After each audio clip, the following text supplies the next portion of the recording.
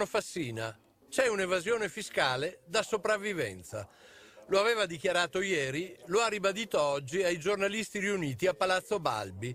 È la reazione, la risposta del presidente del Veneto ai blitz scatenati da Guardia di Finanza e Agenzia delle Entrate a Jesolo, sul Garda e in tante altre località turistiche della nostra regione. In piena stagione, col pericolo di mettere in fuga gli ospiti e far chiudere il portafoglio a chi stava spendendo. Sopravvivenza, ha sottolineato Zaia, a fronte di una pressione fiscale al 68%, che rende la vita impossibile ad aziende e partite IVA. Questa aliquota al 68%, lei come arriva a calcolarla? Beh, non la calcolo io, ma la calcolano gli esperti. È la sommatoria di tutta una serie di tasse, di tassazione e di balzelli che fa sì che l'impresa e i cittadini arrivino a questo tipo di tassazione. Ma il turismo veneto fa più danno l'evasione o i blitz? Ma il turismo veneto fa più danno a chi parla male del turismo veneto. Noi vogliamo i controlli, siamo assolutamente convinti del fatto che l'evasione sia assolutamente da debellare, il che non vuol dire che il nostro sia un popolo di evasori. E spesso, soprattutto la microevasione, chi la fa per sopravvivere, e questo lo dobbiamo dire.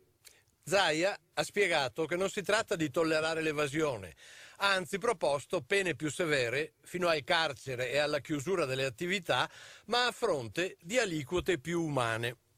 A me sembra che, visti anche i dati dei tecnici, avere un'aliquota unica affrontabile, che so del 30-35%, la carinzia al 25% e inasprire le pene eventualmente per chi evade, arrivando alla detenzione, alla interdizione dei pubblici uffici, vorrebbe dire sicuramente introitare di più e testare un nuovo modello di fiscalità che oggi sembra un miraggio per l'Italia.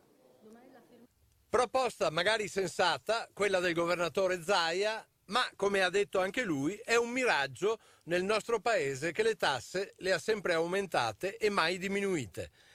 Pagare meno per pagare tutti, questo è lo slogan, ma che resta appunto uno slogan.